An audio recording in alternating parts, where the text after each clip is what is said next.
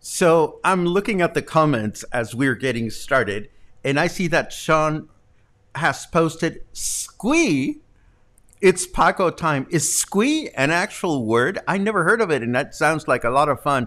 Please tell me more about squee, because it sounds like something I would love to use, and if it was a typo, I'll be heartbroken, but that's okay. Good morning, everyone. Welcome back to Coffee and Headlines. Here we are, just like every Friday and every week and every day. Well, not Sundays. We are here to talk about headlines from our city, our state, our country, about things that we do, we want to do, we wish we could do here in Puerto Vallarta, ways to connect with each other and with our community, with our country. And that's what we do. And we're going to do that today, as always. And as always, we're going to praise the fact that we're a bunch of kooky English-speaking locals, some more kooky than others, but that's what brings us together.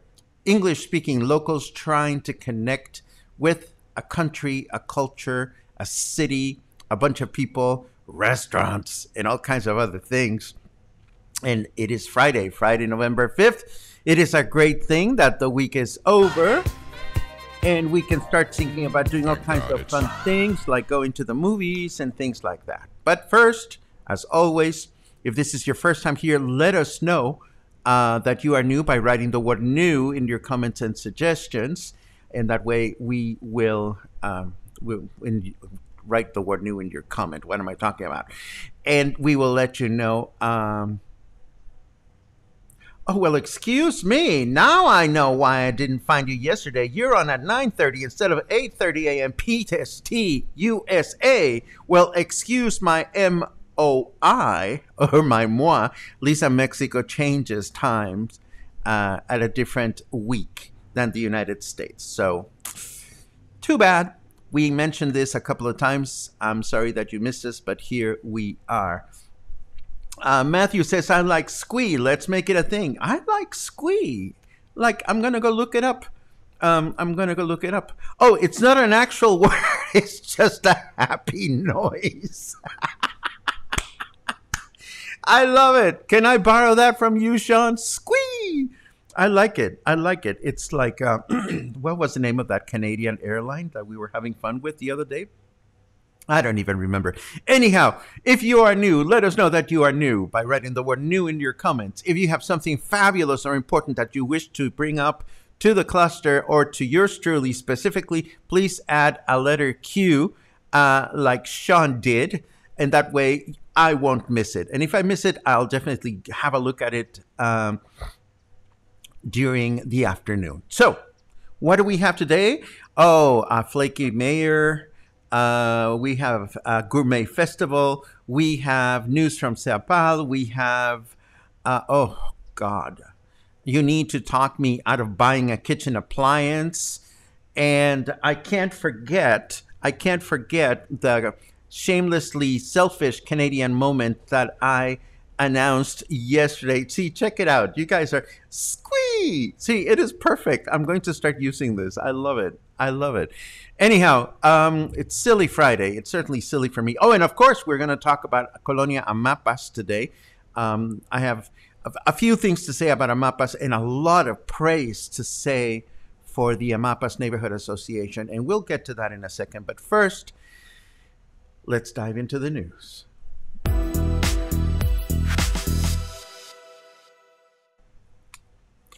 Puerto Vallarta Mayor Luis Michel is under fire, and this is a good thing. Why? Because people, or at least some people, are looking closely at his decision-making and scrutinizing when the government does things they probably should not do. I have two examples to share for you. Number one, gender parity. By law, municipal cabinets are supposed to be filled by the same number of women and men. But of the 34 top-level positions on Puerto Vallarta's cabinet, where he should have 17 women appointed, he only has 5. We need one of these. Yes, he only has 5. When pressed by reporters, he has avoided the question, claiming the city employs almost 1,000 women. And when reporters press harder, Mayor Michel is rescued by City Hall's General Secretary, who claims we are analyzing all directors' profiles. And being appointed a first-level commission does not guarantee that anyone will keep the job.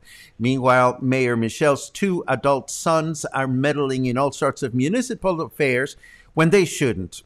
Is any of this new or shocking? Actually, no. What seems to be new is that both members of the press and the public at large are not as forgetful as they've been in the past. Because, I mean, a lot of times people will mention a concern, but then the government will think, well, if we stop talking about it, the Inquisition is just going to go away. Well, let us hope that this time around it does not go away, because if our mayor is supposed to have the same number of women as men making important decisions for our city, why on earth is this not happening? Well, I don't have an answer for that one, but let us hope that they do. Now, example number 2, and this almost made me laugh. This is just pitiful. Mayor Michel expressed criticism against colonias or neighborhoods organizing patron saint celebrations without consent, claiming that people are behaving irresponsibly and claiming that he did not authorize a single thing. And yet, it was Mayor Michel who authorized the Day of the Dead and Halloween celebrations, which gathered thousands of people out and about without any supervision when it comes to following sanitary guidelines. So now members of the press are claiming double standards, and rightly so. Again, as far as that is concerned, I'm just waiting to see what the numbers for COVID will say in a couple of weeks when we have had a chance to let the pandemic run its course. Speaking of pandemic, this is just a reminder, today is the final day for leftovers to get their first Sinovac vaccine, and there are only 3,200 doses left at La Lija. Doses will be available today between 9 a.m. and 5 p.m. or earlier if they run out. Oh, I'm seeing all kinds of interesting things at the corner of my eye on the comments, but I'm going to be patient, although I'm very curious. Anyhow, so we know that Zapata was left in disarray by the previous administration, and we've learned that the same thing has happened with the reglamentos or permits department. Now we learned from the new supervisor of municipal market, Cecilio Lopez Fernandez, that he found Puerto Vallarta's 5 municipal markets in deplorable condition due to neglect for the past few years. Is there a single public dependency that didn't that was not turned around in a deplorable state from the past administration? I really wonder about that. According to Lopez Fernandez, there are 5 municipal markets in Puerto Vallarta: the Rio Cuale, which is presently under repair; Emiliano, Zapata, Cinco de Diciembre, also known as the Fish Market, Ixtapa, and Las Palmas. Curiously enough, there is no mention of the Aramara Market, which I thought was one of the municipal markets as well, but what do you know?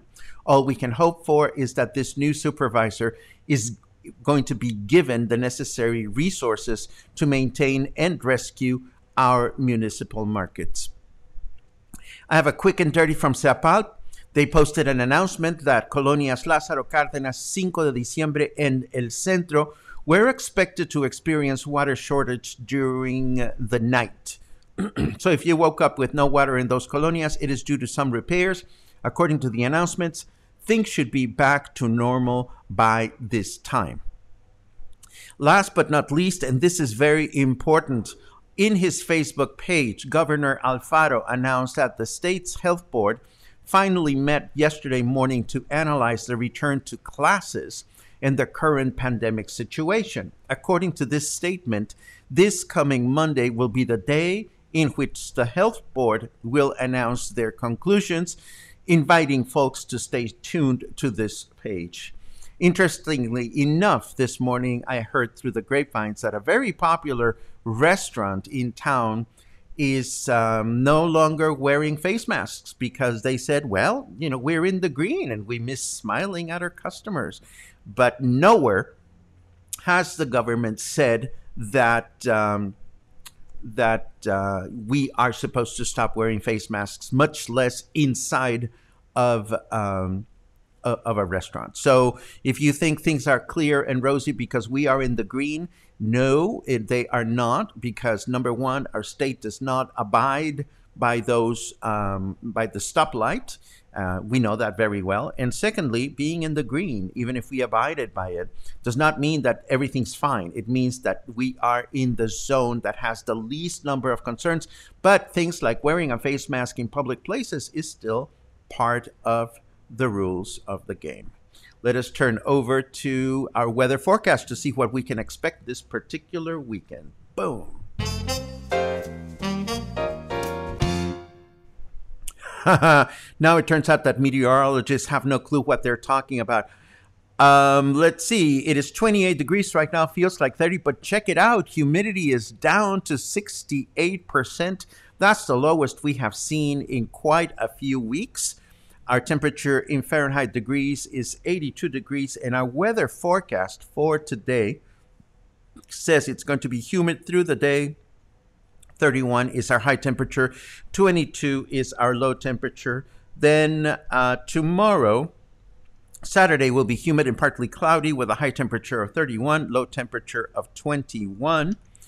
And Sunday will be a humid and partly cloudy day with a high temperature of 31 and a low temperature of 21. Okay, let's see what else we have. Next, you need to help me out of a nightmare. I don't get out that often, and in this new world in which we're supposed to be less consumer driven, I'm trying not to buy more chingaderas for my house, but I just realized this morning that there is such a thing as a quesadilla maker. It's electric, and I want one, and I don't need it. So please talk me out of buying this thing. Or if you've had a blast having one of these things at home, please let me know that I will be not throwing my money away. This is so silly. This just showed up, and I cannot stop thinking about it. But I don't want to draw too much attention to myself, at least not yet, because we have Canadian Moment coming up later on. Moving right along, I read about this new free neutering clinic taking place this past Thursday at the Rio Quale walkway, but I actually didn't pay too much attention to it, thinking it was going to be a one-of-a-kind thing. Plus, they were only offering appointments to a small number of pet owners. But now we've learned that the city, through its animal welfare department, who knew we had such a thing, will set up a spay and neuter clinic along the Rio Quale walkway every Thursday moving forward from 9 a.m. to 2 p.m., in which folks can bring their pet to be neutered for free. Neutering can be done on pets that are 2 months of age and older, and apparently it is first come, first served. So there is no contact information in this news note. So perhaps what you want to do is go hang out some Thursday just to check out the scoop and bring your pet the following weekend, or just bring your pet and see how it goes. If you do, please let us know, and we will be so happy to learn about this new option available for free. Chef Thierry Blouet has announced the 26th edition of the Festival Gourmet to take place in Puerto Vallarta from November 12th through the 20th, and featuring 27 restaurants and 29 renowned guest chefs. The opening for the event will take place at Garza Blanca on Friday, November 12th, with a 50s circus theme celebration. Whatever. That was a botched. There you go. What else do we have? The traditional Los Muertos beach fishing tournament starts today and continues tomorrow. This will be the 14th edition of this popular festival, which has been both popular with fishermen and also with the public, as they have organized all sorts of festivities in the past.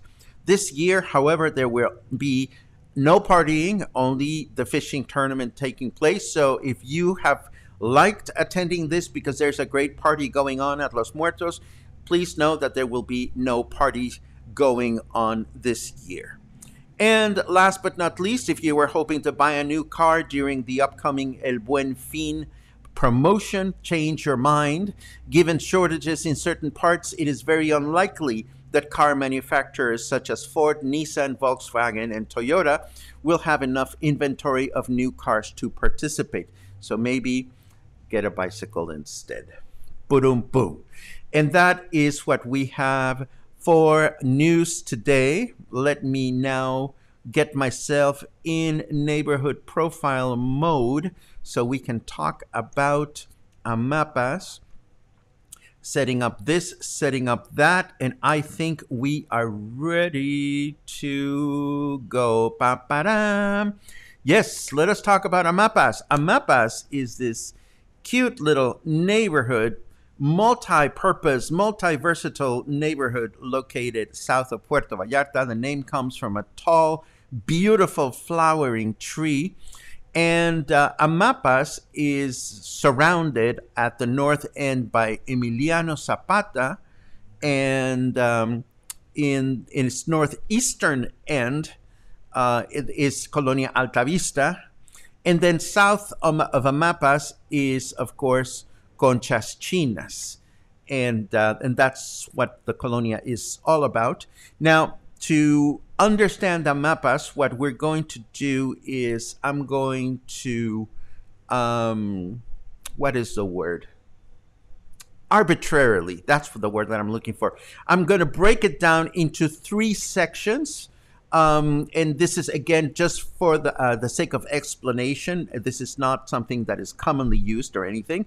So there are 3 kinds of experiences in Amapas in my book. First of all, in no particular order, we have hilly Amapas, which is the section that is on the hillside east of the highway. This section of Amapas is primarily residential, with both traditional and modern condominium buildings and single-family homes.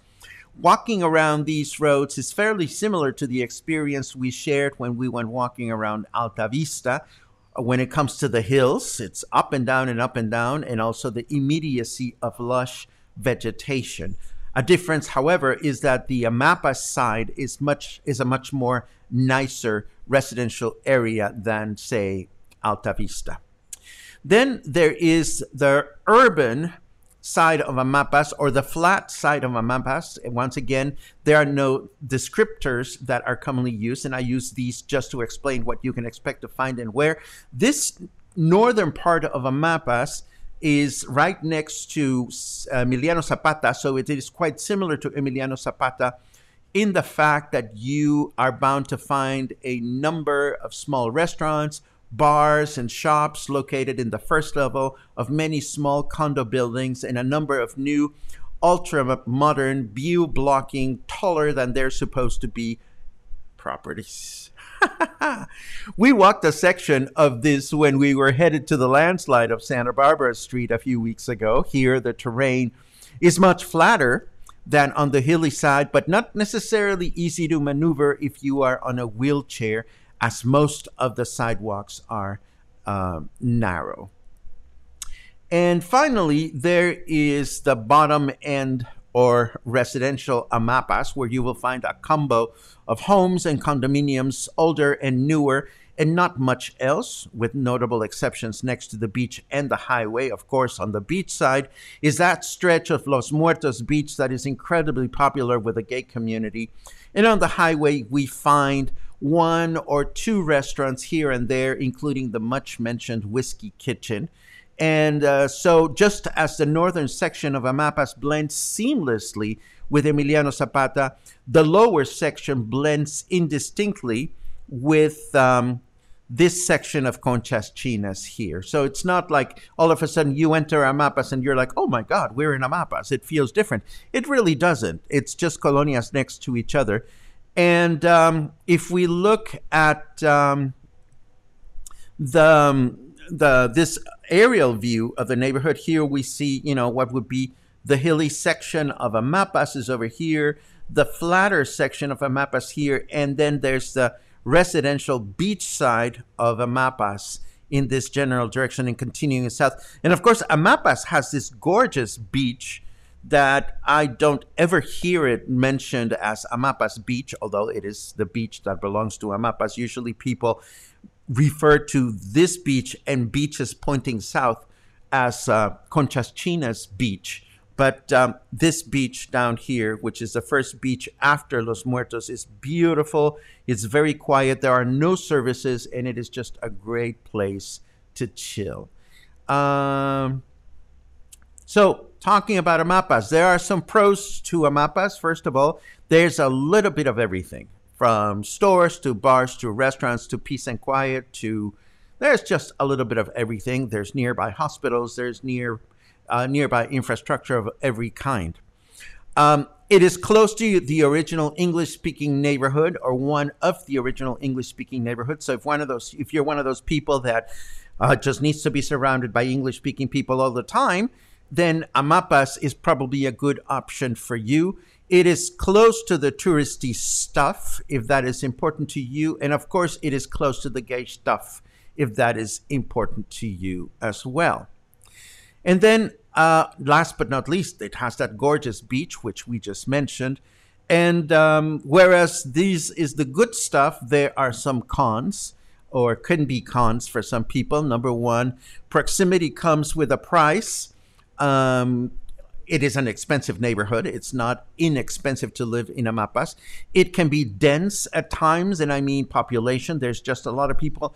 And there is a certain level of loudness here because you're close to bars and restaurants and this, that, and the other.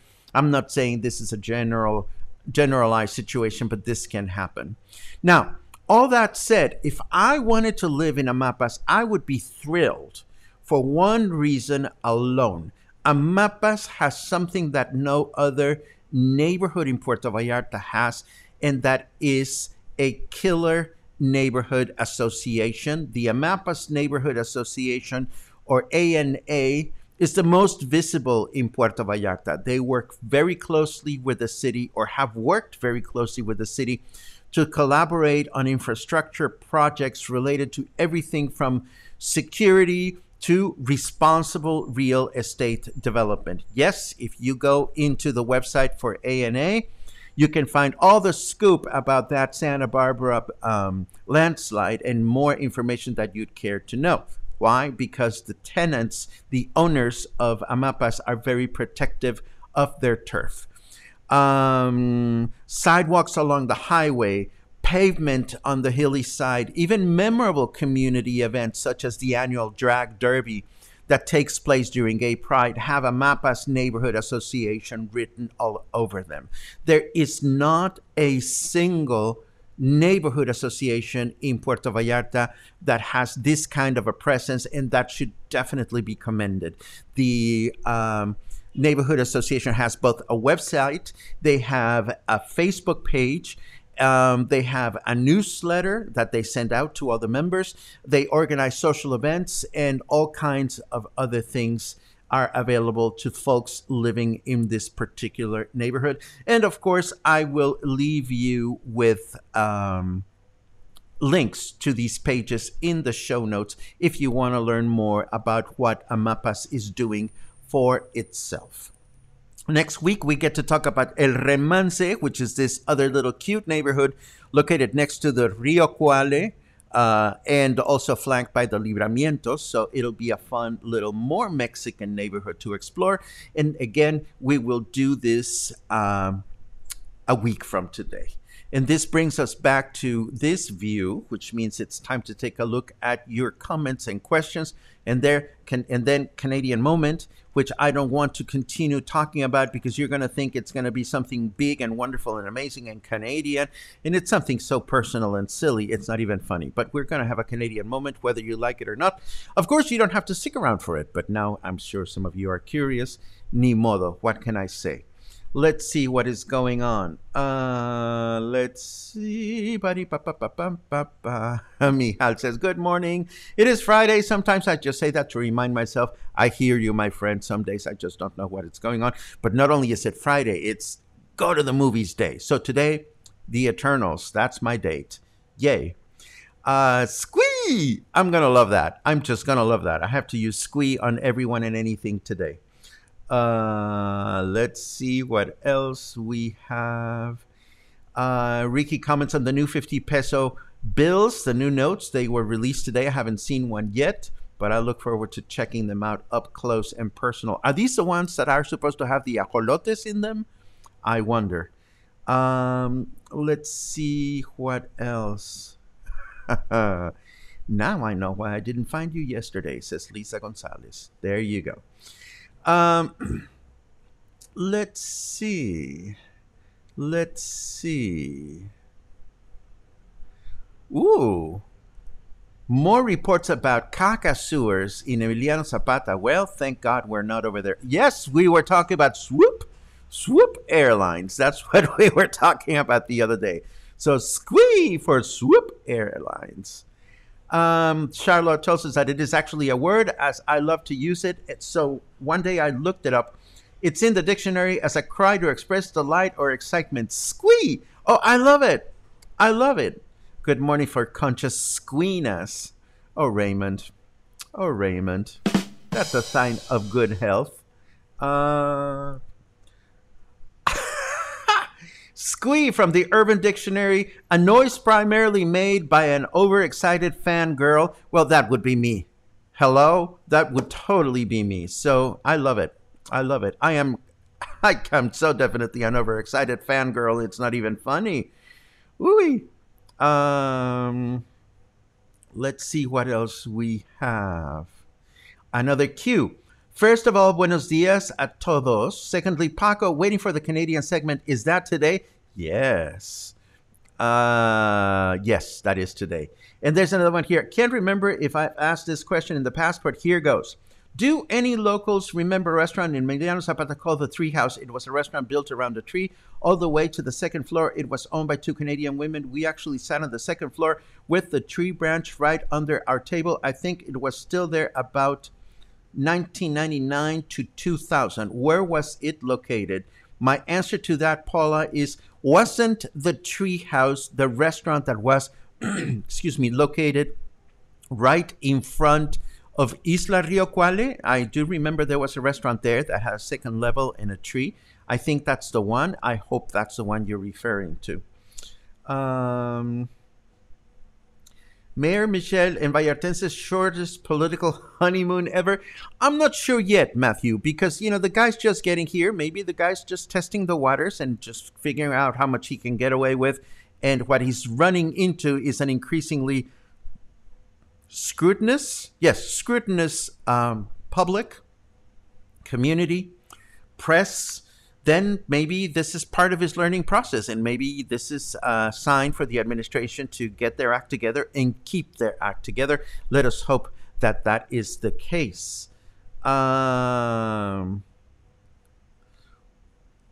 Wasn't the city supposed to dump a couple million pesos to refurbish all the markets? Well, I don't know, David. Was it? If they were, they have these headlines, and you see, that's the thing. They put out these headlines, and then people forget about it, and we forget to write down, hey, let's go knock on the door of the city in 6 months and find out, hey, what happened to that money, and that's when we release our friend, you know.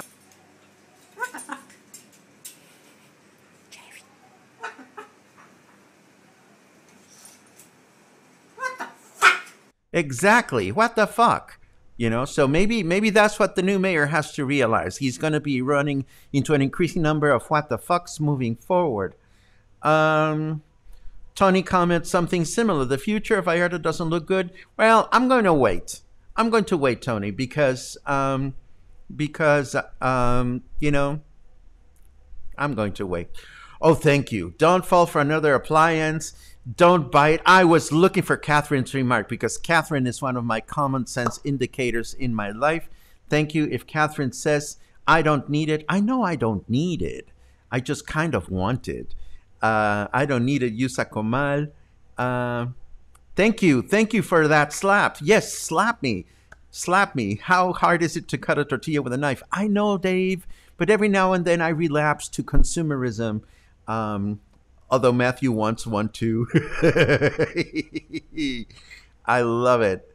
I love it. Of course I know that a frying pan works great. That's how I've been making quesadillas all my life. I just didn't know there was such a thing as a machine for it. Who knew? But Sean decided to squee for it. Fine. Cheryl says, buy more yarn instead. Yes, now that's something we can use. Tony reminds us that Colonia has another clinic to neuter animals. There you go. Oh, please, Mark. Sometimes I think I'm getting rid of my quesadilla maker, but then I realize she does a lot more than that. May your quesadilla maker slap you. Okay. Let's see what else.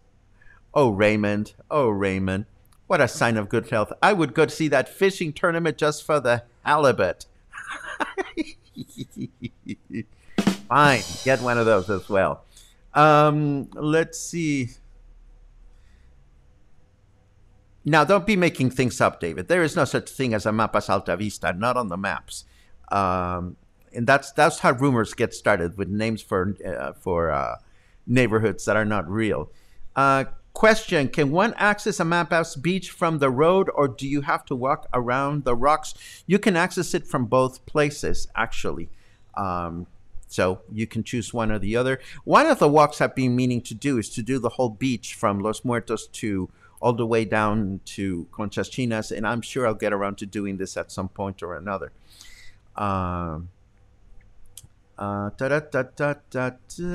There you go. Beach access to Playa Amapas from Highway 200 down Calle Easy or Easy Street to Playa Conchas Chinas, then head north. There is another access, I think, that is northern than Easy Street, but I'm forgetting it right now. Let's see. Are we starting later, or do I need another drink? No, honey, you need to realize that Mexico had its time change last weekend, and the United States will have it, I think, this weekend. I'm not sure. We switched times, and that's why you are not finding us. And now that we're done with all your comments, yes, well, feel free to throw any more comments you want while I tell you about my Canadian moment. Canadian moment! We need a something. What do we need? We need one of these. Yes, so you know me and my thing for Butterfingers. It is one of those things I can't control. I have to have Butterfingers even when my heart doctor thinks I shouldn't have Butterfingers.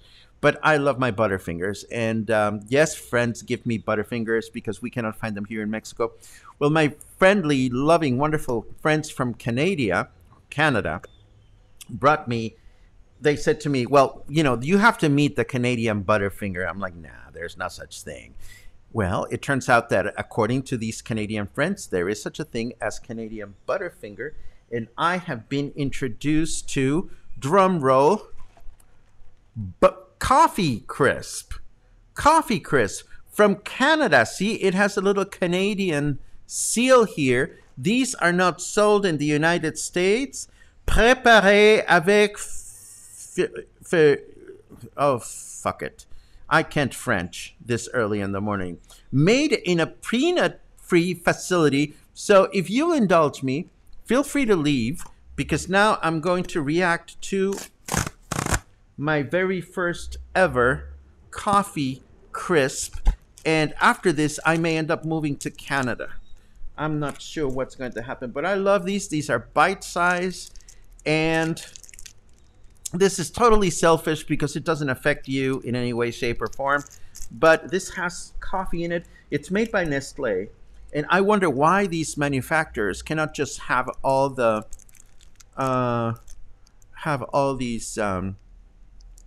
the same candies everywhere. So here we go. My first bite into a Canadian, made in Canada, peanut-free coffee crisp.